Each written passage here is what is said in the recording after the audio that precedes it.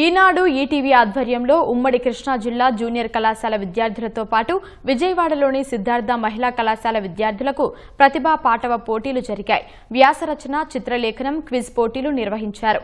ప్రతి కళాశాల నుంచి 4 విభాగాల్లో 3 చొప్పున పోటీల్లో పాల్గొన్నారు. ఇందులో గెలుపొందిన వారికి ముఖ్య అతిథిగా విచ్చేసిన ఎన్టీఆర్ జిల్లా జాయింట్ కలెక్టర్ ఇలక్కియా బహుమతులు ప్రదానం చేశారు. విద్యార్థుల్లో ఉన్న సృజనాత్మకత పెంపొందించడానికి ఇలాంటి పోటీలు నిర్వహించడం సంతోషంగా ఉందన్నారు.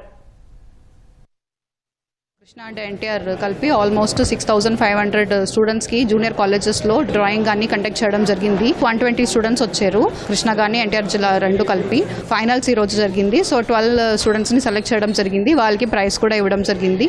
సో ఈ కార్యక్రమం ఈ జిల్లా మాత్రం కాకుండా ప్రతి ఒక్క జిల్లాలో కూడా చేస్తున్నారు. ప్రతి ఇయర్ కూడా చేస్తున్నారు ఈనాడు. సో నా తరపు నుంచి ఈనాడుకి ధన్యవాదాలు తెలియజేసుకుంటున్నాను.